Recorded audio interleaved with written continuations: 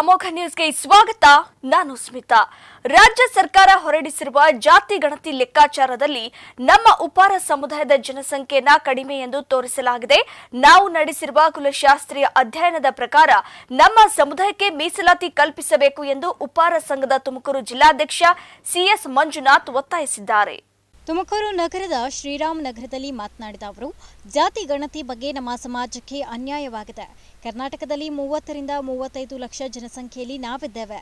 ಆದರೆ ಸರ್ಕಾರದ ಲೆಕ್ಕಾಚಾರದ ಪ್ರಕಾರ ಕೇವಲ 7 ಲಕ್ಷಕ್ಕೆ ನಮ್ಮ ಸಮುದಾಯದ ಜನರು ಇದ್ದೇವೆ ಅಂತ ತಿಳಿಸಿರುವುದು ಶೋಚನೀಯ. ಹಾಗಾಗಿ ಮರು ಜಾತಿ ಸಮೀಕ್ಷೆ ಮಾಡೋದರ ಮೂಲಕ ನಮ್ಮ ಸಮಾಜದ ಜನರ ವಾಸ್ತವ ಸಂಖ್ಯೆಯನ್ನು ದೃಢೀಕರಿಸಿ ನಮ್ಮ ಸಮುದಾಯಕ್ಕೆ ನ್ಯಾಯ ದೊರಕಿಸಿಕೊಡಬೇಕು ಅಂತ ಮನವಿ ಮಾಡ್ತೀನಿ ಎಂದು ತಿಳಿಸಿದರು. ನನ್ನ ಹೆಸರು ಸಿಎಸ್ ಮಂಜುನಾಥ್ ಅಂತ, ತುಮಕೂರು ಜಿಲ್ಲಾ ಉಪಹಾರ ಸಂಘದ ಅಧ್ಯಕ್ಷರು. ಈ ದಿನದ ತಮ್ಮ ಮುಂದೆ ನಾವು ಮನವಿ ಮಾಡ್ಕೊತಾ ಇದ್ದೀವಿ ಅಂದರೆ, ಸರ್ಕಾರಕ್ಕೆ ಮನವಿ ಮಾಡ್ಕೊತಾ ಇದ್ದೀವಿ ಅಂತ ಹೇಳಿದ್ರೆ, ಈಗ ಮಾಧ್ಯಮಗಳಲ್ಲಿ ಹಾಗೂ ಪತ್ರಿಕೆಯಲ್ಲಿ ವರದಿಯಾಗಿದೆ ಜಾತಿ ಗಣತಿ ಬಗ್ಗೆ ನಮ್ಮ ಸಮಾಜಕ್ಕೆ ಅನ್ಯಾಯವಾಗಿದೆ. ನಮ್ಮ ಸಮಾಜದ ಜನಸಂಖ್ಯೆ ಕರ್ನಾಟಕ ರಾಜ್ಯದಲ್ಲಿ 30 ರಿಂದ 35 ಲಕ್ಷ ಇದೆ. ಆದರೆ ಸರ್ಕಾರದ ಮಾಹಿತಿ ಪ್ರಕಾರ 7,35,000 ಎಂದು ನಮೂದಿಸಿದ್ದಾರೆ. ಅದಿನ್ನೂ ಎಷ್ಟರ ಮಟ್ಟಿಗೆ ಸರಿ ಅಂತ ನಮಗೂ ಗೊತ್ತಿಲ್ಲ. ಆದ್ದರಿಂದ ನಮ್ಮ ಸಮಾಜಕ್ಕೆ ಈ ಜಾತಿ ಗಣತಿಯಿಂದ ಅನ್ಯಾಯವಾಗಿದೆ ಎಂದು ನಾವು ಸರ್ಕಾರಕ್ಕೆ ಮನವಿ ಮಾಡುತ್ತಾ ಮರು ಜಾತಿ ಸಮೀಕ್ಷೆ ಮಾಡಿ ನಮಗೆ ನ್ಯಾಯ ಒದಗಿಸ್ಕೊಡ್ಬೇಕು ಅಂತೇಳಿ ನಾವು ಸರ್ಕಾರಕ್ಕೆ ನಿಮ್ಮ ಮೂಲಕ ಮನವಿ ಮಾಡ್ತಾ ಇದ್ದೇವೆ. ನಿಮ್ಮ ಶಾಸಕರಿದ್ದಾರೆ, ಹಾಗೆ ನಮ್ಮ ರಾಜ್ಯಾಧ್ಯಕ್ಷರಾದ ಪುಟ್ಟರಂಗ ಶೆಟ್ಟಿ ಹಾಗೂ ನಮ್ಮ ಕುಲಗುರುಗಳಾದ ಪುರುಷೋತ್ತಮಾನಂದಪುರಿ ಮಹಾಸ್ವಾಮಿಗಳು ಇವರ ಮುಖೇ ನಾವು ಮುಂದಿನ ದಿನಗಳಲ್ಲಿ ಒಂದು ಕುಳಿತು ಚರ್ಚಿಸಿ, ಎಲ್ಲ ಸಮಾಜದ ಮುಖಂಡರೆಲ್ಲ ಚರ್ಚಿಸಿ ನಾವು ಮುಂದಿನ ರೂಪರೇಷೆಗಳನ್ನು ಮುಂದೆ ನಾವು ತೀರ್ಮಾನ ಮಾಡ್ತೀವಿ ಅಂತ ಹೇಳಿದ್ದೀನಿ. ರಾಜ್ಯದಲ್ಲಿ ಸುಮಾರು 35 ಲಕ್ಷ ಇದೀವಿ ಅಂತ ಹೇಳ್ತಿದ್ದಾರೆ. ಯಾವ ಆಧಾರದ ಮೇಲೆ? ರಾಜ್ಯಗೊಲ್ಲ ಯಾದವ ಸಂಘಕ್ಕೂ ಕರ್ನಾಟಕ ಮೂಲ ನಿವಾಸಿಗಳಾದ ಬುಡಕಟ್ಟು ಅಲೆಮಾರಿ ಸಮುದಾಯ ಕಾಡುಗೊಲ್ಲರಿಗೂ ಯಾವುದೇ ಸಂಬಂಧವಿಲ್ಲ. ಏಪ್ರಿಲ್ 20ರಂದು ನಡೆಯುವ ಸಮಾವೇಶಕ್ಕೆ ಕಾಡುಗೊಲ್ಲ ಸಮುದಾಯದವರು ಭಾಗವಹಿಸಬೇಡಿ ಅಂತ ತುಮಕೂರಿನಲ್ಲಿ ಅಧ್ಯಕ್ಷ ಕೆ ಈಶ್ವರಪ್ಪ ತಿಳಿಸಿದ್ದಾರೆ. ನಗರದ ಕಾಡುಗೊಲ್ಲರ ಸಂಘದಿಂದ ಪತ್ರಿಕಾ ಕಚೇರಿಯಲ್ಲಿ ಸುದ್ದಿಗೋಷ್ಠಿ ನಡೆಸಿ ಮಾತನಾಡಿದ ಅವರು, ರಾಜ್ಯ ಕಾಡುಗೊಲ್ಲ ಸಮುದಾಯ ಚಿಕ್ಕೋಡಿಯಲ್ಲಿ ವಿಧಾನ ಪರಿಷತ್ ಸದಸ್ಯ ಡಿಟಿ ಶ್ರೀನಿವಾಸ್ ನೇತೃತ್ವದಲ್ಲಿ ಏಪ್ರಿಲ್ 20ರಂದು ಹಮ್ಮಿಕೊಂಡಿರುವ ಯಾದವ ಸಮಾವೇಶಕ್ಕೆ ಭಾಗವಹಿಸಬೇಡಿ. ಈ ಸಮಾವೇಶಕ್ಕೂ ನಮಗೂ ಸಂಬಂಧ ಇಲ್ಲ. ವಿಧಾನ ಪರಿಷತ್ ಸದಸ್ಯ ಡಿಟಿ ಶ್ರೀನಿವಾಸ್ ಅವರು ತಮ್ಮ ವೈಯಕ್ತಿಕ ಹಿತಾಸಕ್ತಿಗಾಗಿ ರಾಜ್ಯ ಕಾಡುಗೊಲ್ಲರನ್ನು ದಿಕ್ಕು ತಪ್ಪಿಸುತ್ತಿದ್ದಾರೆ. ಕೇವಲ ರಾಜಕಾರಣಕ್ಕಾಗಿ ಕಾಡುಗೊಲ್ಲರನ್ನು ಉಪಯೋಗಿಸಿಕೊಂಡು ಅವರ ಯಾವ ಬೇಡಿಕೆಗಳನ್ನು ಈಡೇರಿಸಿಕೊಳ್ಳಲು ಬಿಡುತ್ತಿಲ್ಲ ಎಂದು ಆರೋಪಿಸಿದರು. ರಾಜಕೀಯ ಜನರಿಗೆ ಕ್ಯಾಟಗರಿ 1B ಇಟ್ಟಿದ್ದಾರೆ. ಸೊ ಅದು ನಮಗೆ ಮಾಡಿರ್ತಕ್ಕಂಥ ಅನ್ಯಾಯ. ಸಮೀಕ್ಷೆ ತಪ್ಪು ಅಂತ ನಾವು ಯಾರು ಹೇಳ್ತಾ ಇಲ್ಲ, ಸಮೀಕ್ಷೆ ಕರೆಕ್ಟ್ ಇದೆ. ಆದರೆ ನಮ್ಮಲ್ಲೇ ಗೊಂದಲ ಮಾಡ್ಕೊಂಡು ನಮ್ಮ ಜನ ಸ್ಟ್ಯಾಟಿಸ್ನಲ್ಲಿ ಸಮೀಕ್ಷೆಗೆ ವರದಿ ಕೊಡಬೇಕಾದ್ರೆ ಗೊಲ್ಲ ಅಂತ ಬರೆಸಿದ್ದಾರೆ. ಹಂಗಾಗಿ ಗೊಲ್ಲ ಅನ್ನೋದು 4 ಲಕ್ಷ ಅಂತ ತೋರಿಸ್ತಿದ್ದಾರೆ, ಕಾಡು ಗೊಲ್ಲ 3 ಲಕ್ಷ ಅಂತ ತೋರಿಸ್ತಿದ್ದಾರೆ. ಆ್ಯಕ್ಚುಲಿ ನಾವು 7 ರಿಂದ 8 ಲಕ್ಷ ಇದ್ದೀವಿ ಕರ್ನಾಟಕದಲ್ಲಿ. ಎಸ್ಪೆಷಲಿ ಬಳ್ಳಾರಿ, ತುಮಕೂರು ಮತ್ತು ಚಿತ್ರದುರ್ಗ, ದಾವಣಗೆರೆ ಎಲ್ಲ ಕಡೆ ಇದೆ. 41 ತಾಲೂಕಲ್ಲಿದ್ದೀವಿ, 43 ತಾಲೂಕಲ್ಲಿದ್ದೀವಿ, ಆಂಧ್ರವನ್ನು ಸೇರಿ ನಮ್ಮ ಕರ್ನಾಟಕದಲ್ಲಿ 40 ತಾಲೂಕಲ್ಲಿದ್ದೀವಿ. ಸೊ ಹಾಗಾಗಿ ನಮ್ಮ ಸಂಖ್ಯೆ ಜಾಸ್ತಿ ಇದೆ. ಬಟ್ ಅದೇ ರೀತಿ ನಾವು ಆರ್ಥಿಕವಾಗಿ ಶೋಷಣೆಗೆ ಒಳಗಾಗಿದ್ದೀವಿ. ನಮ್ಮನ್ನು ಜಾತಿ ಪಟ್ಟಿಗೆ ಸೇರಿಸಬೇಕು ಅಂತ ಸನ್ಮಾನ್ಯ ಸಿದ್ದರಾಮಯ್ಯ ಪ್ರಯತ್ನ ಮಾಡಿದ್ವಿ, ಅವರು ಸೇರಿಸಿದ್ದಾರೆ. ಮತ್ತು ಅದೇ ಜಾತಿ ಪಟ್ಟಿ ಬಂದ ಮೇಲೆ ನಮಗೆ ಇಲ್ಲಿ ಆರ್ಥಿಕ ಸೌಲಭ್ಯ.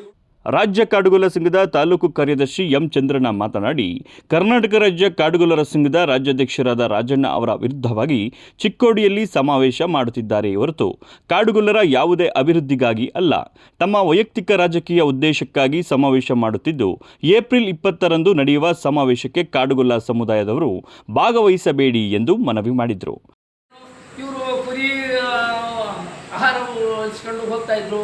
ಆಮೇಲೆ ಈ ಜನಾಂಗದ ತುಂಬ ವಯಸ್ಸಾದ ಹೆಣ್ಮಕ್ಳು ರೇವಿಕೆ ಆಗ್ತಾ ಇರಲಿಲ್ಲ, ಅದು ಸ್ಪಷ್ಟವಾಗಿ ಬರ್ತಾನೆ, ಕಡ್ಗ ಆಗ್ತಾ ಇದ್ರು.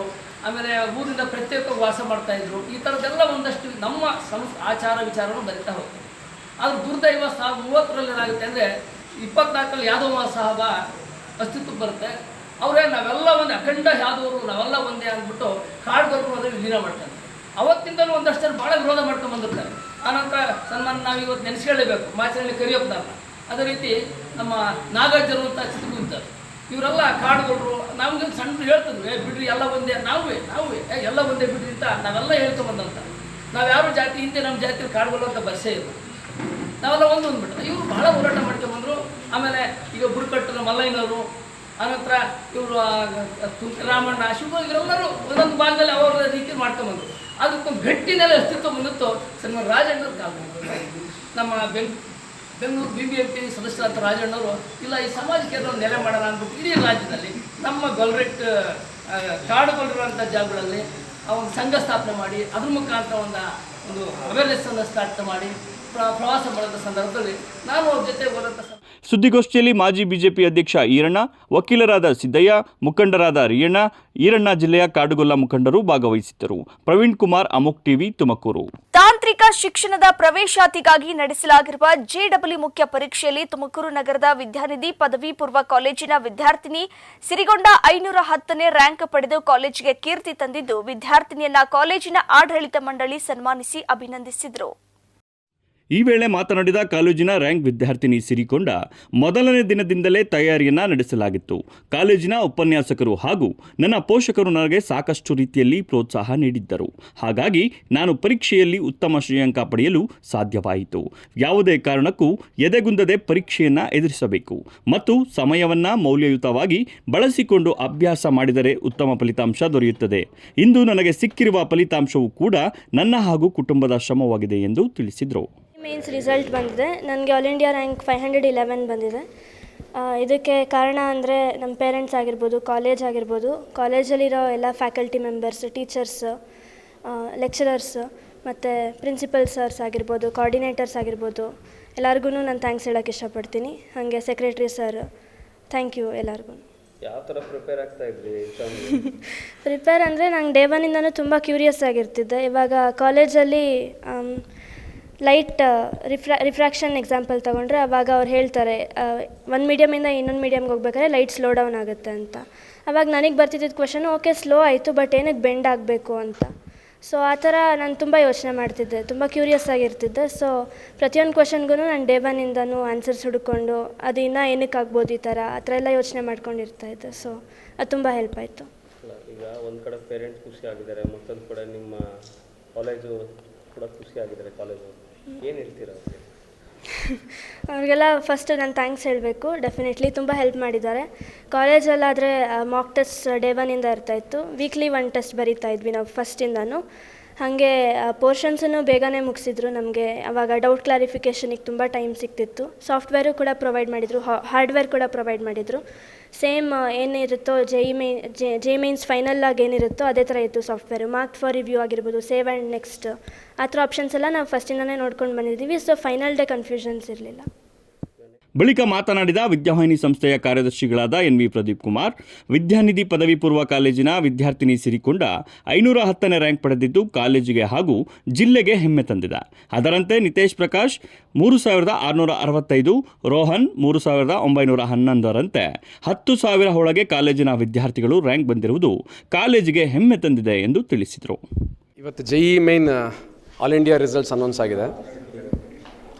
ಇವತ್ತು ವಿದ್ಯಾನಿಧಿ PU ಕಾಲೇಜಿನ student Sirikonda, she has secured 511th rank, followed by Nitish Kumar 3665, Rohan 3911. So ಹಾಗೆ ಅಪ್ ಟು 10,000 ರ್ಯಾಂಕ್ ಒಳಗಡೆ ಸುಮಾರು 10ರಿಂದ 15 ವಿದ್ಯಾರ್ಥಿಗಳು ಈ ಮಾರ್ಕ್ಸ್ನ ತೊಗೊಂಡಿದ್ದಾರೆ, ರ್ಯಾಂಕ್ನ ತೊಗೊಂಡಿದ್ದಾರೆ. ಸಿರಿಯಸ್ ಸೆಕ್ಯೂರ್ಡ್ 511 ರ್ಯಾಂಕ್ ನಮಗೆ ಭಾಳ ಹೆಮ್ಮೆಯ ವಿಷಯ. And she is a girl student. And IITನಲ್ಲಿ ಸ್ಪೆಷಲಿ ಸೂಪರ್ ನ್ಯೂಮರರ್ ಕೋಟಾ ಇದೆ 25%. ಯೂಶ್ವಲಿ ಬೋರ್ಡ್ ರಿಸಲ್ಟ್ಸ್ಗಳು ನಾವು IIT ರಿಸಲ್ಟ್ಸ್ಗಳನ್ನ ಕಂಪೇರ್ ಮಾಡಿದಾಗ ಬೋರ್ಡ್ ರಿಸಲ್ಟ್ಸಲ್ಲಿ ನಾವು ನ್ಯೂಸ್ ಪೇಪರಲ್ಲಿ ನೋಡ್ತಾ ಇರ್ತೀವಿ, ಅತಿ ಹೆಚ್ಚು ಹೆಣ್ಮಕ್ಳು ರ್ಯಾಂಕ್ಗಳಲ್ಲಿ ಇರ್ತಾರೆ. But it has been a tradition IIT ಎಕ್ಸಾಮಿನೇಷನ್ಸಲ್ಲಿ JEE ಮೇನ್ ರಿಸಲ್ಟ್ಸ್ಗಳಲ್ಲಿ ಜಾಸ್ತಿ ಗಂಡು ಮಕ್ಕಳು ಇರ್ತಾರೆ. ಅಂದರೆ ನೀವು IIT ಈ ಸೂಪರ್ ನ್ಯೂಮರರಿ ಕೋಟಾ ಗರ್ಲ್ಸ್ಗೆ ಕೊಡೋದಕ್ಕಿಂತ ಮುಂಚೆ ಆಲ್ಮೋಸ್ಟ್ 1:10 ರೇಷಿಯೋದಲ್ಲಿ ಇರೋರು. ಸೊ ಗರ್ಲ್ಸ್ನ ಟೆಕ್ನಿಕಲ್ ಕೋರ್ಸಲ್ಲಿ ನಾವು ಮುಂದೆ ತರಬೇಕು ಅನ್ನೋ ನಿಟ್ಟಿನಲ್ಲಿ ಈ 25% ಸೂಪರ್ ನ್ಯೂಮರರಿ ಕೋಟಾ ಇವಾಗ IITಗಳಲ್ಲಿ ಕೊಡ್ತಾ ಇದ್ದಾರೆ. ಸೊ ನಮಗೆ ಭಾಳ ಹೆಮ್ಮೆ ಇದೆ. Siri will get it in the top IITs because of this quota. And ಏನು ಅಡ್ವಾನ್ಸ್ ಎಕ್ಸಾಮ್ ಇದೆ, JEE advance examination May 18th exam ಬರೀತಾ ಇದ್ದಾರೆ. ಅದರಲ್ಲಿ ಇನ್ನೂ ಚೆನ್ನಾಗಿ ಬರೀತಾರೆ ಅನ್ನೋ ಒಂದು ಕಾನ್ಫಿಡೆನ್ಸ್ ಇದೆ. ಯಾಕೆಂದರೆ JEE ಮೇನ್ ಸ್ಟ್ರೈಟ್ ಫಾರ್ವರ್ಡ್ ಕ್ವಶನ್ಸ್ಗಳನ್ನ ಕೇಳ್ತಾರೆ. JEE ಅಡ್ವಾನ್ಸಲ್ಲಿ ಮಲ್ಟಿಪಲ್ ಕಾನ್ಸೆಪ್ಟ್ಸ್ಗಳನ್ನ ಮರ್ಜ್ ಮಾಡಿ ಟ್ವಿಸ್ಟ್ ಮಾಡಿ ಕ್ವಶನ್ಸ್ಗಳನ್ನ ಕೇಳ್ತಾರೆ. And we are very proud that our student is very good at that.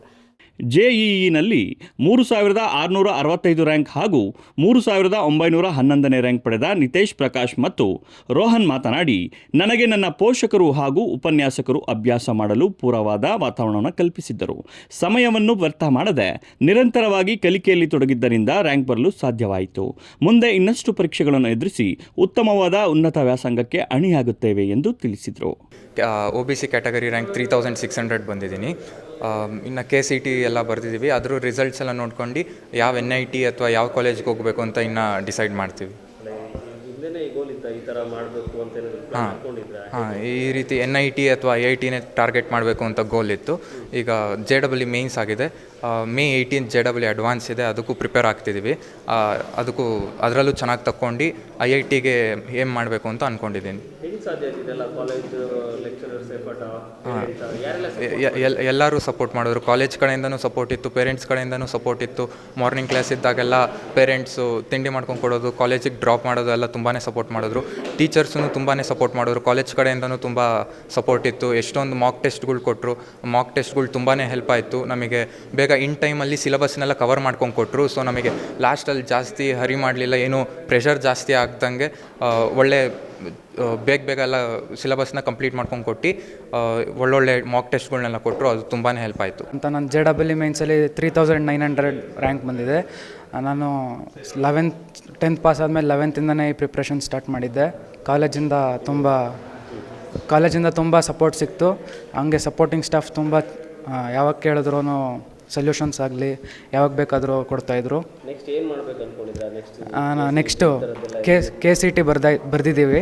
Next JEE advance ಇದೆ, ಆವಾಗ ಅದನ್ನು ಕ್ರ್ಯಾಕ್ ಮಾಡಬೇಕು ಅಂತ ಗೋಲ್ ಇದೆ. ನೆಕ್ಸ್ಟು IITs ಅಥವಾ ಯಾವ್ದು ಕಾಲೇಜ್ ಸಿಗುತ್ತೆ ರ್ಯಾಂಕಿಂಗ್ ಮೇಲೆ ನೋಡ್ಕೊಂಡು ಡಿಸೈಡ್ ಮಾಡ್ತೀವಿ. ವಿದ್ಯಾನಿಧಿ ಕಾಲೇಜಿನಲ್ಲಿ ರ್ಯಾಂಕ್ ಬಂದಂತಹ ವಿದ್ಯಾರ್ಥಿಗಳಿಗೆ ಕಾಲೇಜಿನ ಉಪನ್ಯಾಸಕರ ತಂಡ ಅಭಿನಂದನೆ ಸಲ್ಲಿಸಿದ್ದು, ವಿದ್ಯಾರ್ಥಿಗಳ ಪೋಷಕರು ಸಿಹಿ ತಿನ್ನಿಸಿ ಸಂಭ್ರಮಿಸಿದರು.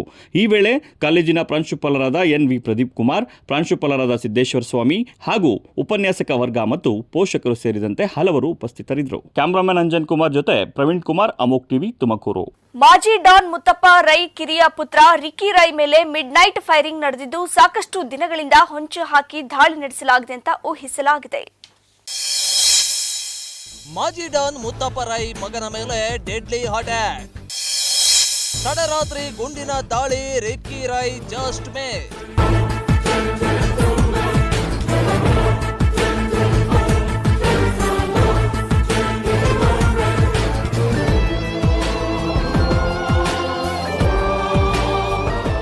ಯಾವಾಗಲೂ ಭದ್ರತೆಗೆ ಗನ್ಮ್ಯಾನ್ ಜೊತೆಗಿಟ್ಟು ಓಡಾಡುವ ಮಾಜಿ ಡಾನ್ ದಿವಂಗತ ಮುತ್ತಪ್ಪ ರೈ ಕಿರಿಯ ಪುತ್ರ ರಿಕ್ಕಿ ರೈ ಮೇಲೆ ನಿನ್ನೆ ಮಧ್ಯರಾತ್ರಿ ಬಿಡದಿಯ ಅವರ ಮನೆ ಬಳಿಯೇ ಗುಂಡಿನ ದಾಳಿ ನಡೆಸಿ ಅವರ ಹತ್ಯೆಗೆ ಯತ್ನ ನಡೆದಿದೆ.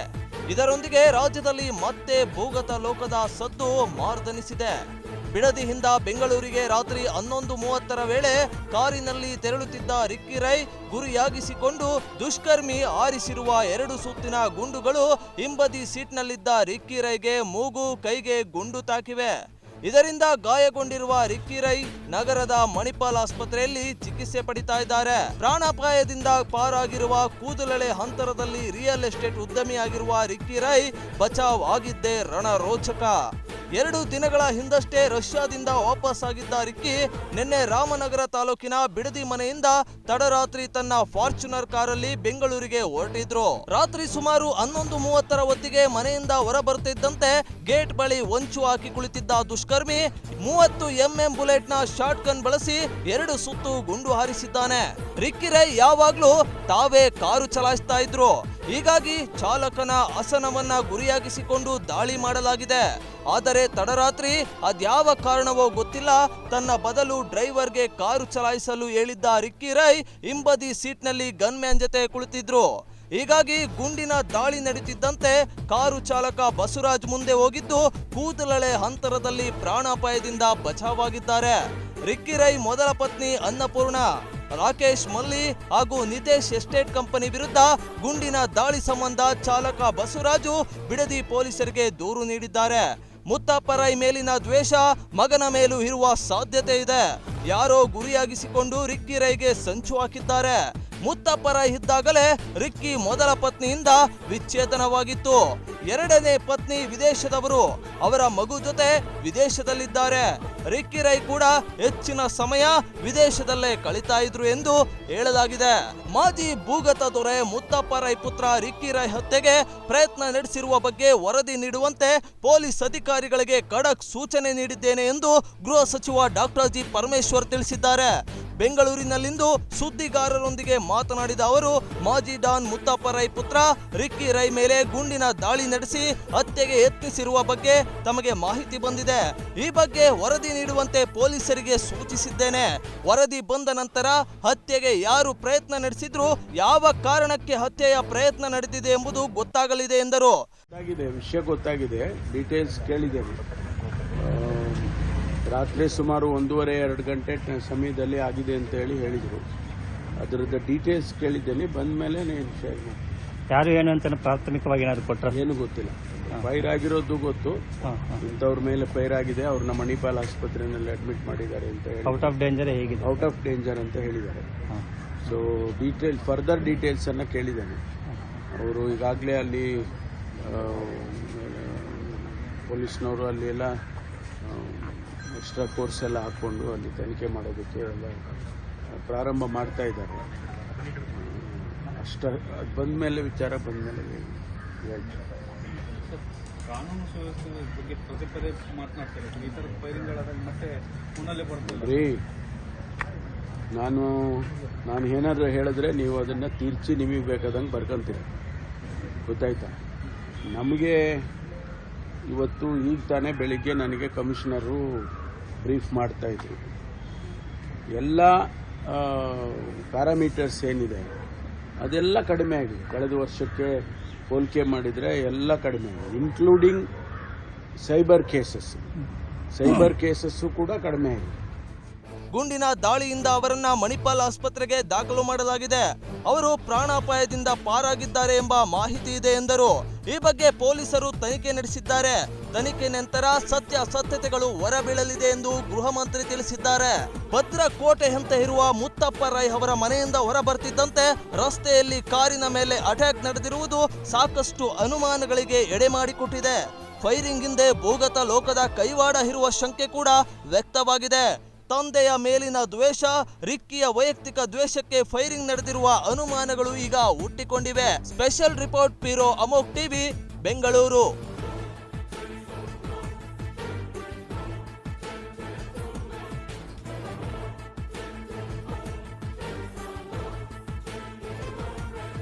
ರಾಯಚೂರು ಗ್ರಾಮೀಣ ಕ್ಷೇತ್ರ ವ್ಯಾಪ್ತಿಯ ಮರ್ಚಟಾಳ ಉಡಮಗಲ್ ಗ್ರಾಮದಲ್ಲಿ ಜನಪ್ರಿಯ ಶಾಸಕ, ಕರ್ನಾಟಕ ಮಹರ್ಷಿ ವಾಲ್ಮೀಕಿ ಅಭಿವೃದ್ಧಿ ನಿಗಮದ ಅಧ್ಯಕ್ಷರಾದ ಶ್ರೀ ಬಸನಗೌಡ ದದ್ದಲ್ ಅವರು ಭೇಟಿ ನೀಡಿ ನಿರಾಶ್ರಿತರಿಗೆ ಧನ ಸಹಾಯ ಮಾಡಿದ್ರು. ಅಕಾಲಿಕ ಮಳೆಯಿಂದ ಸಿಡಿಲು ಬಡಿದು ಮರಣ ಹೊಂದಿರುವಂತಹ ಕುಟುಂಬಗಳಿಗೆ ಭೇಟಿ ನೀಡಿ ಸಾಂತ್ವನ ಹೇಳಿ 24 ಗಂಟೆಯ ಒಳಗಡೆ ಮರಣ ಹೊಂದಿದ 2 ಕುಟುಂಬಕ್ಕೆ 5 ಲಕ್ಷದಂತೆ 10 ಲಕ್ಷ ರೂಪಾಯಿಯನ್ನ ಪರಿಹಾರ ನೀಡಿದ್ರು. ಈ ವೇಳೆ ಸಣ್ಣ ಹನುಮಂತ ಹೇಮೇಂದ್ರಪ್ಪ ಮರ್ಚಟಾಳ 5 ಲಕ್ಷ ರೂಪಾಯಿ, ಶ್ರೀಮತಿ ಮಲ್ಲಮ್ಮ ಗಂಡ ಭೀಮಯ್ಯ ಒಡಮಗಲ್ 5 ಲಕ್ಷ ರೂಗಳನ್ನು ನೀಡಲಾಯಿತು. ಈ ಸಂದರ್ಭದಲ್ಲಿ ಬ್ಲಾಕ್ ಅಧ್ಯಕ್ಷರು, ಹಿರಿಯ ಊರಿನ ಮುಖಂಡರುಗಳು, ಸುತ್ತಮುತ್ತಲಿನ ಗ್ರಾಮಗಳ ಹಿರಿಯ ಮುಖಂಡರು, ನಾಮ ನಿರ್ದೇಶನ ಸದಸ್ಯರು, ಸರ್ವ ಸದಸ್ಯರುಗಳು, ಕಾರ್ಯಕರ್ತರು, ಗ್ರಾಮಸ್ಥರು ಉಪಸ್ಥಿತರಿದ್ದರು. ಶಫೀಕ್ ಹುಸೇನ್, ಅಮೋಕ್ ಟಿವಿ, ರಾಯಚೂರು. ಯಾದಗಿರಿಯಲ್ಲಿ ಮೊಹಮ್ಮದ್ ಪೈಗಂಬರ್ ಬಗ್ಗೆ ನೀಡಲಾದ ಅವಹೇಳನಕಾರಿ ಭಾಷಣಕ್ಕೆ ಮುಲ್ಲಾ ಸಮುದಾಯದಿಂದ ತೀವ್ರ ವಿರೋಧ ವ್ಯಕ್ತವಾಗಿದೆ. ಶಾಸಕ ಯತ್ನಾಳ್ ವಿರುದ್ಧ ಕಾನೂನು ಕ್ರಮಕ್ಕೆ ಆಗ್ರಹ ಕೂಡ ಕೇಳಿ ಬರ್ತಾ ಇದೆ. ಯಾದಗಿರಿಯ ಮುಲ್ಲಾ ಸಮುದಾಯದ ಮುಖಂಡರು ಬಿಜೆಪಿ ಶಾಸಕ ಬಸವಗೌಡ ಪಾಟೀಲ್ ಯತ್ನಾಳ್ ವಿರುದ್ಧ ಕಿಡಿಕಾರಿದ್ದಾರೆ. ಯತ್ನಾಳ್ ನಕಲಿ ಹಿಂದೂವಾದಿ, ನಿನಗೆ ಹಿಂದೂ ಧರ್ಮದ ಬಗ್ಗೆ ಗೌರವವೇ ಇಲ್ಲ, ಬೇರೆ ಧರ್ಮದ ಬಗ್ಗೆ ಅವಹೇಳನಕಾರಿ ಭಾಷೆ ಬಳಸುವುದು ಶಿಷ್ಟವಲ್ಲ, ಇಂತಹ ಹೇಳಿಕೆ ನೀಡುವವರಿಗೆ ಕಾನೂನು ಕ್ರಮ ಅಗತ್ಯ ಅಂತ ದಸ್ತಗೀರ್ ಮುಲ್ಲಾ ಆಕ್ರೋಶ ಹೊರಹಾಕಿದ್ದು, ಶಾಸಕ ಯತ್ನಾಳ್ ಅನ್ಯ ಧರ್ಮದ ಮೇಲೆ ಅವಹೇಳನಕಾರಿ ಹೇಳಿಕೆಯನ್ನ ನೀಡಿದ್ದಾರೆ. ಇಂತಹ ವ್ಯಕ್ತಿಗಳ ಮೇಲೆ ಕೂಡಲೇ ಕೇಸನ್ನ ದಾಖಲಿಸಬೇಕು, ಈ ಬಗ್ಗೆ ಕ್ರಮ ಕೈಗೊಳ್ಳಬೇಕು ಅಂತ ನಾವು ಸರ್ಕಾರವನ್ನ ಒತ್ತಾಯಿಸುತ್ತೇವೆ ಅಂತ ತಿಳಿಸಿದ್ರು. ನನ್ನ ಜೊತೆ ಡಿಬೇಟ್ ಬಾ, ಅವಾಗ ನೀನು ನಕಲಿ ಹಿಂದುತ್ವವಾದಿ ಅಂತ ನಾನು ಸಾಬೀತು ಮಾಡಿ ತೋರಿಸ್ತೀನಿ. ಯಾಕಂತಂದ್ರೆ ನೀನು ನಕಲಿ ಹಿಂದುತ್ವವಾದಿ, ನಿನಗೆ ಹಿಂದುತ್ವದ ಮೇಲೆ ಯಾವುದು ಕೂಡ ಗೌರವ ಇಲ್ಲ, ಗೌರವನೂ ಕೂಡ ಇಲ್ಲ. ನೀನು ಹಿಂದೂ ಧರ್ಮವನ್ನು ಈ ರೀತಿ ಬೇರೆ ಧರ್ಮಕ್ಕೆ ಅವಹೇಳನಕಾರಿ ಹೇಳಿಕೆ ಕೊಡುವಂತ ಯಾರು ಹೇಳಂಗಿಲ್ಲ. ಅದರ ಸಲುವಾಗಿ ಇಂಥ ಹೇಳಿಕೆಗಳನ್ನು ಬಿಡಬೇಕು. ರಾಜ್ಯ ಸರ್ಕಾರ ಅಹಿಂದ ಸರ್ಕಾರ ಇದೆ, ಆ ಅಹಿಂದ ಸರ್ಕಾರವನ್ನು ಇಂಥ ಒಂದು ಕೋಮುವಾದಿಗಳನ್ನು ಏನು ಅವರಿಗೆ ಸೋಮೋಟೋ ಕೇಸ್ ಹಾಕೋದ್ರ ಮುಖಾಂತರ ಅವರಿಗೆ ಒಳಗೆ ಹಾಕುವಂತ ಕೆಲಸ ಮಾಡ್ಬೇಕಂತ ನಾನು ರಾಜ್ಯ ಸರ್ಕಾರಕ್ಕೆ ಒತ್ತಾಯಿಸ್ತೀನಿ. ಅದ್ರ ಜೊತೆಯಲ್ಲಿ ಮೊನ್ನೆ ರಾಜ್ಯ ಸರ್ಕಾರಕ್ಕೆ, ಸಿದ್ದರಾಮಯ್ಯ ಸರ್ಕಾರಕ್ಕೆ ನಾನು ಇವತ್ತು ಒಂದು ಮನವಿಯನ್ನು ಮಾಡ್ಕೊತಾ ಇದ್ದೀನಿ. ಅದೇನ್ ಮನವಿಯಪ್ಪ ಅಂತಂದ್ರೆ, ನೀವೇನ್ ಜಾತಿ ಜನಗಣತಿಯನ್ನು ಜಾರಿ ಮಾಡ್ಲಿಕ್ಕೆ ಹೊರಟಿದ್ದೀರಿ, ಈ ಜಾತಿ ಜನಗಣತಿಯನ್ನು ಅತಿ ಶೀಘ್ರದಲ್ಲಿ ಜಾರಿ ಮಾಡ್ರಿ ಅಂತ ನಿಮ್ಗೆ ನಾನು ಒತ್ತಾಯ ಮಾಡ್ತೀವಿ. ನೀವು ಜಾತಿ ಜನಗಣತಿಯನ್ನು ಜಾರಿ ಮಾಡಿದ್ದಾಗಿತ್ತಪ್ಪ ಅಂತಂದ್ರೆ ಈ ರಾಜ್ಯದಲ್ಲಿ ಇರುವಂತ ಹಿಂದುಳಿದವರು, ದಲಿತರು, ಅಲ್ಪಸಂಖ್ಯಾತರು ಎಲ್ಲರೂ ಕೂಡ ಅವರು ಸಮಾನವಾಗಿ ಬದುಕಲಿಕ್ಕೆ, ಸಮಾನ ಹಕ್ಕುಗಳನ್ನು ಪಡ್ಕೊಳ್ಳಿಕ್ಕೆ ಅವಕಾಶ ಕಲ್ಪಿಸಿಕೊಟ್ಟಂಗ ಆಗ್ತದೆ ಅಂತ ಹೇಳಿ ನಾನು ವಿನಂತಿ ಮಾಡೋದ್ರ ಮುಖಾಂತರ ನನ್ನ ಒಂದು ಪತ್ರಿಕಾ ಹೇಳಿಕೆಯನ್ನು ಮುಗಿಸ್ತೀನಿ. ನನ್ನ ಹೆಸರು ಡಾಕ್ಟರ್ ದಸ್ತಗಿರಿ ಮುಲ್ಲಾ, ಟಿಪ್ಪು ಕ್ರಾಂತಿ ಸೇನೆಯ ಸಂಸ್ಥಾಪಕ ಅಧ್ಯಕ್ಷ. ಆದಷ್ಟು ಬೇಗ ಜಾತಿ ಗಣತಿ ಕಾನೂನಾತ್ಮಕವಾಗಿ ಜಾರಿಗೆ ಬರಬೇಕು. ಈ ಮೂಲಕ ಎಲ್ಲಾ ಹಿಂದುಳಿದ ಸಮುದಾಯಗಳು ಸಮಾನವಾಗಿ ಬದುಕುವ ಮೂಲ ಸಿದ್ಧಾಂತಕ್ಕೆ ಅವಕಾಶ ಸಿಗುತ್ತೆ. ದಸ್ತಗೀರ್ ಮುಲ್ಲಾ ಜಾತಿ ಗಣತಿ ಕುರಿತು ಸರ್ಕಾರದ ಗಮನ ಸೆಳೆದ್ರು. ಶಾಸಕ ಯತ್ನಾಳ್ ವಿವಾದಾತ್ಮಕ ಹೇಳಿಕೆ ಈಗ ರಾಜಕೀಯ ಮತ್ತು ಧಾರ್ಮಿಕ ವಲಯದಲ್ಲಿ ತೀವ್ರ ಚರ್ಚೆಗೆ ಕಾರಣವಾಗಿದೆ. ಮುಂದೇನು ನಡೆಯುತ್ತೆ ಎಂಬುದನ್ನ ಕಾದು ನೋಡಬೇಕಾಗಿದೆ. ಬ್ರಹ್ಮಜ್ಞಾನದ ಸಂಕೇತವಾದ ಜನಿವಾರವನ್ನ ತೆಗೆಸಿ ಕಸದ ಬುಟ್ಟಿಗೆ ಹಾಕಿಸಿರುವುದು ಖಂಡನೀಯ ಅಂತ ಮಧುಗಿರಿಯಲ್ಲಿ ಹಿರಿಯ ವಕೀಲ ಪಿ ದತ್ತಾತ್ರೇಯ ಹೇಳಿದ್ದಾರೆ. ಸಿಇಟಿ ಪರೀಕ್ಷೆ ಸಂದರ್ಭದಲ್ಲಿ ವಿದ್ಯಾರ್ಥಿಗಳ ಜನಿವಾರ ತೆಗೆಸಿದ ಅಧಿಕಾರಿಗಳ ಕ್ರಮವನ್ನ ವಿರೋಧಿಸಿ ಶ್ರೀಶಂಕರ ಸೇವಾ ಸಮಿತಿ, ಆರ್ಯ ವೈಶ್ಯ ಮಂಡಳಿ ಹಾಗೂ ಸೋಮವಂಶ ಆರ್ಯ ಕ್ಷತ್ರಿಯ ಟ್ರಸ್ಟ್ ವತಿಯಿಂದ ಪಟ್ಟಣದಲ್ಲಿ ಹಮ್ಮಿಕೊಂಡಿದ್ದ ಪ್ರತಿಭಟನಾ ಸಭೆಯಲ್ಲಿ ಭಾಗವಹಿಸಿ ಮಾತನಾಡಿದ ಅವರು, ನಮ್ಮ ಸಂವಿಧಾನದ ಪ್ರಕಾರ ಅವರವರ ಧರ್ಮದ ಸಂಪ್ರದಾಯಗಳನ್ನು ಆಚರಿಸಲು ನಿರ್ಬಂಧವಿಲ್ಲ. ಸಿಇಟಿ ಪರೀಕ್ಷೆ ಕೇಂದ್ರಗಳಲ್ಲಿ ಇದುವರೆಗೂ ಜನಿವಾರಗಳನ್ನು ತೆಗೆಸುತ್ತಿರಲಿಲ್ಲ. ಈ ಬಾರಿ ಜನಿವಾರ ತೆಗೆಸಿರುವುದು ಪೂರ್ವ ನಿಯೋಜಿತವಾಗಿದೆ. ಇಂತಹ ಘಟನೆ ಮರುಕಳಿಸದಂತೆ ಸರ್ಕಾರ ಸೂಕ್ತ ಕ್ರಮ ಕೈಗೊಳ್ಳಬೇಕು ಅಂತ ಒತ್ತಾಯಿಸಿದರು. ಮಧುಗಿರಿ ತಾಲೂಕಿನ ವಿಪ್ರ ಸಮುದಾಯ, ವೈಶ್ಯ ಸಮುದಾಯ, ಕ್ಷತ್ರಿಯ ಸಮುದಾಯದ ಸರ್ವ ಜನಾಂಗದ ಎಲ್ಲ ಜನರು ಇಲ್ಲಿ ಹಾಜರಿದ್ದು ಈ ದಿನಾಂಕ 17/4/2025 ಬೆಂಗಳೂರು, ಬೀದರ್ ಮತ್ತು ತೀರ್ಥಹಳ್ಳಿಯಲ್ಲಿ ಸಿಇಟಿ ವಿಪ್ರ ವಿದ್ಯಾರ್ಥಿಗಳು ಪರೀಕ್ಷೆಗೆ ಹಾಜರಾಗಲು ಹೋದಾಗ ಅಲ್ಲಿನ ಸಿಬ್ಬಂದಿಯವರು ಜನಿವಾರವನ್ನು ತೆಗೆದುಹಾಕಿದರೆ ಮಾತ್ರ ಪರೀಕ್ಷೆಗೆ ಹಾಜರಾತಿ ನೀಡುತ್ತೇವೆ ಎಂದು ಗಲಾಟೆ ಮಾಡಿದಾಗ ಕೆಲವು ವಿದ್ಯಾರ್ಥಿಗಳು ವಿರೋಧಿಸಿದಾಗ ಒಬ್ಬ ವಿದ್ಯಾರ್ಥಿಯ ಜನಿವಾರವನ್ನು ಕಟ್ ಮಾಡಿ ಡಸ್ಟ್ಬಿನ್ಗೆ ಹಾಕಿರುವಂಥ ವಿಚಾರ ಗಮನಕ್ಕೆ ಬಂದಿದೆ. ಅದೇ ರೀತಿ ಬೇರೆ ಬೆಂಗಳೂರು ಮತ್ತು ತೀರ್ಥಹಳ್ಳಿನಲ್ಲಿ ಜನಿವಾರ ತೆಗೆದುಕೊಂಡು ವಿರೋಧಿಸಿದಾಗ ಅವರಿಗೆ ಪರೀಕ್ಷೆಗೆ ಹಾಜರಾಗದಂತೆ ನಿರ್ಬಂಧ ಹೇರಿದ್ದಾರೆ. ಇದು ಕಾನೂನು ಬಾಹಿರ. ಯಾಕೆ ಅಂದರೆ ಸಂವಿಧಾನದಲ್ಲಿ ಪರಿಚ್ಛೇದ 25 ಮತ್ತು 26ರಲ್ಲಿ ಎಲ್ಲ ಧರ್ಮದ ಅವರವರ ಧರ್ಮವನ್ನು ಆಚರಿಸಲು, ಅವರವರ ರೀತಿಯ ಸಂಪ್ರದಾಯಗಳ ಪ್ರಕಾರ ಆಚರಿಸಲು ಯಾವುದೇ ನಿರ್ಬಂಧವಿಲ್ಲ. ಕಾನೂನಿನ ಪ್ರಕಾರ ಮೂಲಭೂತ ಹಕ್ಕನ್ನು ನೀಡಲಾಗಿದೆ. ಈ ಮೂಲಭೂತ ಹಕ್ಕಿನ ಉಲ್ಲಂಘನೆ ಆಗಿದೆ. ಈಗ ಈ ಮೂಲಭೂತಿನ ಉಲ್ಲಂಘನೆ ಕಾನೂನಿನ ಪ್ರಕಾರ ಶಿಕ್ಷಾರ್ಹ ಅಪರಾಧನೂ ಸಹ ಆಗಿರುತ್ತದೆ. ಇದು ಕೇವಲ ವಿದ್ಯಾರ್ಥಿಗಳಿಗೆ ಮಾತ್ರ ಆದಂತಹ ಚ್ಯುತಿಯಲ್ಲ, ಅವರಿಗೆ ಆದಂತಹ ತೊಂದರೆಯಲ್ಲ. ಇದು ಒಂದು ಸಮುದಾಯಗಳ ಮೇಲೆ ಯಾರು ಜನಿವಾರ ಬ್ರಹ್ಮೋಪದೇಶ ಪಡೆದು ಜನಿವಾರ ಸೋಮವಂಶ ಆರ್ಯ ಕ್ಷತ್ರಿಯ ಟ್ರಸ್ಟ್ನ ಪ್ರಧಾನ ಕಾರ್ಯದರ್ಶಿ ಜಿ ನಾರಾಯಣರಾಜು ಮಾತನಾಡಿ, ಜನಿವಾರದ ಮಹತ್ವ ತಿಳಿಯದೆ ತೆಗೆಸಿರುವುದು ತಪ್ಪು ಕ್ರಮವಾಗಿದ್ದು, ಇದು ಧಾರ್ಮಿಕ ವಿರೋಧಿ ಕಾರ್ಯವಾಗಿದೆ. ಧಾರ್ಮಿಕ ಭಾವನೆಗೆ ಧಕ್ಕೆ ಉಂಟು ಮಾಡಿರುವ ಅಧಿಕಾರಿಗಳ ವಿರುದ್ಧ ಸೂಕ್ತ ಕ್ರಮ ಕೈಗೊಳ್ಳಬೇಕು, ವಿದ್ಯಾರ್ಥಿಗೆ ನ್ಯಾಯ ದೊರಕಿಸಿ ಕೊಡಬೇಕು ಅಂತ ಒತ್ತಾಯಿಸಿದರು. ತೀರ್ಥಹಳ್ಳಿಯಲ್ಲಿ ನಡೆದಂತಹ ಸಿಇಟಿ ಎಕ್ಸಾಮ್ಗೆ ಒಬ್ಬ ವಿದ್ಯಾರ್ಥಿಯ ಜನಿವಾರವನ್ನು ತೆಗೆಸಿ ಅವ್ರಿಗೆ ಅವಮಾನ ಮಾಡಿದ್ದಾರೆ. ಅವಮಾನ ಅಂದರೆ ನಮ್ಮ ಸಮುದಾಯ ಅಂತಲ್ಲ, ಜನಿವಾರದ ಮಹತ್ವ ಗೊತ್ತಿಲ್ಲದಿದ್ದಂಗೆ ಅವ್ರು ಮಾಡಿರೋ ತಪ್ಪು. ಅದು ಸಾಕಷ್ಟು ನೋವನ್ನು ಅವ್ರು ಅನುಭವಿಸ್ತಾರೆ. ಜೊತೆಗೆ ಇದು ಧಾರ್ಮಿಕ ವಿರೋಧಿ ಚಟುವಟಿಕೆ ಅಂತಲೇ ಒಂದು ನೇರವಾಗಿ ಹೇಳ್ಬೋದು. ಯಾವುದೇ ಅವ್ರವ್ರ ಧರ್ಮ ಅವ್ರವ್ರಿಗೆ ದೊಡ್ಡದು. ಈಗ ಹಿಜಾಬ್ ಹಾಕ್ಬೇಡ್ರಿ ಅಂತಾರೆ, ಹಿಜಾಬ್ ಹಾಕ್ಕೊಂಡು ಹೋಗ್ತಾರೆ. ಅದು ಅವರು ಹೋರಾಟ ಮಾಡೋದು. ನಮಗೆ ಇವಾಗ ಜನಿವಾರ ತೆಗೆಸೋದಿರೋದು ಹೋರಾಟ ಮಾಡಲೇಬೇಕು. ಅದೇ ಹಾಗಾಗಿ ಜನಿವಾರದ ಮಹತ್ವ ಅದೊಂದು ಅರ್ಧ ಮದುವೆ ಮಾಡಿದಂಗೆ ಲೆಕ್ಕ. ಆ ಮಟ್ಟಕ್ಕೆ ಮನೆಯಲ್ಲಿ ಶಾಸ್ತ್ರೋಕ್ತವಾಗಿ ನಾವೆಲ್ಲ ಮಾಡ್ತೀವಿ. ಅಂಥದನ್ನ ನಮ್ಮ ಧಾರ್ಮಿಕ ಭಾವನೆಗೆ ಧಕ್ಕೆ ಉಂಟು ಮಾಡಿರುವಂಥ ಅಧಿಕಾರಿ ವಿರುದ್ಧ ಸೂಕ್ತ ಕ್ರಮ ತಗೋಬೇಕು ಮತ್ತು ಆ ವಿದ್ಯಾರ್ಥಿಗೆ ನ್ಯಾಯ ದೊರಕಬೇಕು ಅಂತ ನಮ್ಮ ಸಮುದಾಯ. ಪಟ್ಟಣದ ಶ್ರೀ ಮಲ್ಲೇಶ್ವರ ಸ್ವಾಮಿ ದೇವಸ್ಥಾನದಿಂದ ಮೆರವಣಿಗೆಯಲ್ಲಿ ಸಾಗಿ ಉಪವಿಭಾಗಾಧಿಕಾರಿಗಳ ಕಚೇರಿಯ ಗ್ರೇಡ್ 2 ತಹಶೀಲ್ದಾರ್ ಅವರಿಗೆ ಮನವಿ ಪತ್ರವನ್ನು ಸಲ್ಲಿಸಲಾಯಿತು. ಈ ವೇಳೆ ಶ್ರೀಶಂಕರ ಸೇವಾ ಸಮಿತಿ ಅಧ್ಯಕ್ಷ ಬಿಆರ್ ಸತ್ಯನಾರಾಯಣ್, ಖಜಾಂಚಿ ಕೆ ಲಕ್ಷ್ಮೀಪ್ರಸಾದ್, ವೇದಬ್ರಹ್ಮ ಕೆ ನಾಗರಾಜ್ ಶಾಸ್ತ್ರಿ, ಪುರಸಭಾ ಸದಸ್ಯ ಕೆ ನಾರಾಯಣ್, ಹಿರಿಯ ವಕೀಲರಾದ S A Shyamnath, Vasavi Ravi, S M Krishna, Kishore, ತಾತ ಭಾರತ ಸಾರಥಿ, ಆನಂದ್ ಕೃಷ್ಣ ಮುಂತಾದವರು ಹಾಜರಿದ್ದರು. ಪಣೀಂದ್ರ ಅಮೋಕ್ ಟಿವಿ ಮಧುಗಿರಿ. ಕೋಲಾರ ಜಿಲ್ಲೆಯ ಕೆಜಿಎಫ್ ತಾಲೂಕಿನ ಜೀಡಮಾಕನಹಳ್ಳಿ ಗ್ರಾಮದಲ್ಲಿ ರೈತ ರವೀಂದ್ರ ರೆಡ್ಡಿ ಎಂಬಾತ 4 ಎಕರೆಯಲ್ಲಿ ಲಕ್ಷಾಂತರ ರೂಪಾಯಿ ಬಂಡವಾಳ ಹಾಕಿ ಕರ್ಬೂಜ ಹಣ್ಣು ಬೆಳೆದಿದ್ದು ಮಾರುಕಟ್ಟೆಯಲ್ಲಿ ಬೇಡಿಕೆ ಇಲ್ಲದೆ ಕಂಗಾಲಾಗಿದ್ದಾನೆ. ಕೋಲಾರ ಜಿಲ್ಲೆಯ ಕೆಜಿಎಫ್ ತಾಲೂಕಿನ ಜೀಡಮಾಕನಹಳ್ಳಿಯಲ್ಲಿ 3.5 ಲಕ್ಷ ಬಂಡವಾಳ ಹಾಕಿ 4 ಎಕರೆಯಲ್ಲಿ ಕರ್ಬೂಜ ಹಣ್ಣು ಬೆಳೆದಿರುವ ರೈತ ಕೆಜಿಗೆ ₹1 ಮಾರಾಟ ಮಾಡಲು ಸಿದ್ಧವಿದ್ರೂ ಕೂಡ ದಳ್ಳಾಳಿಗಳು ಕೊಳ್ಳಲು ಮುಂದೆ ಬಂದಿಲ್ಲ.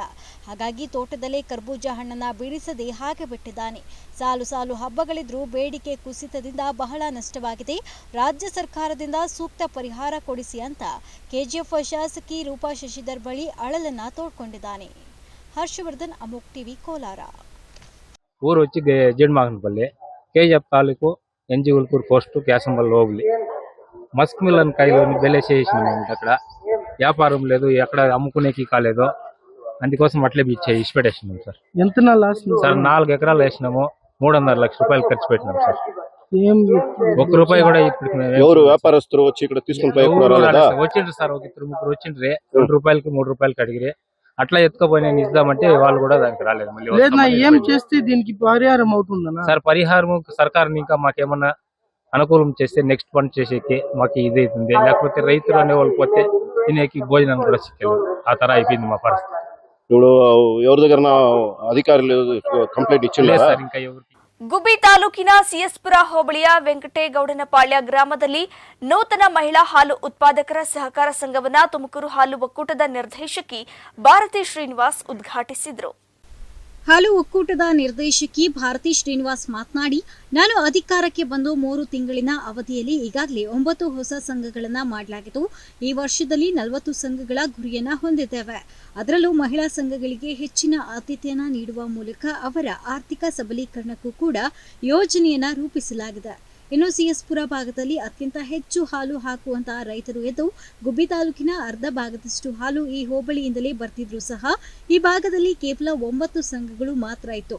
ಹಾಗಾಗಿ ಈ ಭಾಗದಲ್ಲಿ ಹೆಚ್ಚಿನ ಹಾಲು ಉತ್ಪಾದಕರ ಸಹಕಾರ ಸಂಘ ಮಾಡುವುದಾಗಿ ತಿಳಿಸಿದ್ರು.